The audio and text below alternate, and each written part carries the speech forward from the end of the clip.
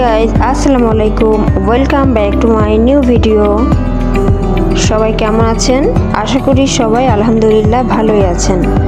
তো আজকে আপনাদের জন্য একটা নতুন ভিডিও নিয়ে হাজির হলাম। আর অবশ্যই আপনারা থাম্বনেল এবং টাইটেল দেখে বুঝেই গিয়েছেন। তো গরুর মাংস কে না পছন্দ করে বলেন? সবাই আমরা কম বেশি গরুর মাংস পছন্দ করি।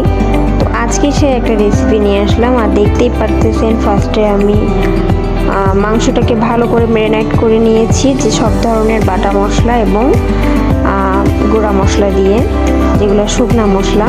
তো আপনারা সবাই জানেন যে গরুর মাংসে কী কী মশলা লাগে। তো আপনারা সব রকমের মশলা দিয়ে সেটা ম্যারিনেট করে নিলাম এবং আধা ঘন্টার মতো রেখে দিলাম রেস্টে। তারপরে যে হচ্ছে আমি দেখেন এই যে চুলায় দিয়েছি এবং দিয়ে এই দেখেন আমার ফাইনাল লুকটা অনেক সুন্দর হয়েছে মাংসটা। আর দেখেন পরিবেশন করার জন্য প্লেটে বাড়া হচ্ছে। হ্যাঁ, দেখতেই লোভনীয়। যার যার খেতে মন চাবে অবশ্যই যে যার মতো করে রেঁধে অবশ্যই খাবেন। গরুর মাংসটা এমন একটা রেসিপি যেটা আপনি যেভাবেই রান্না করেন না কেন সেটা খেতে অসাধারণ হয়। আর সব থেকে ভালো হয় কালাভুনাটা করলে। আর কালাভুনা তো জানেন আমাদের সবারই তো কালাভুনা পছন্দ।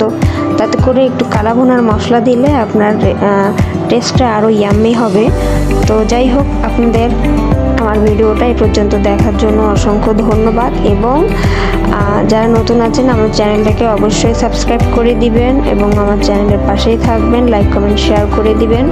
আর যারা অলরেডি সাবস্ক্রাইব করে দিয়েছেন তাদেরকে অসংখ্য ধন্যবাদ, আমার পাশেই থাকুন।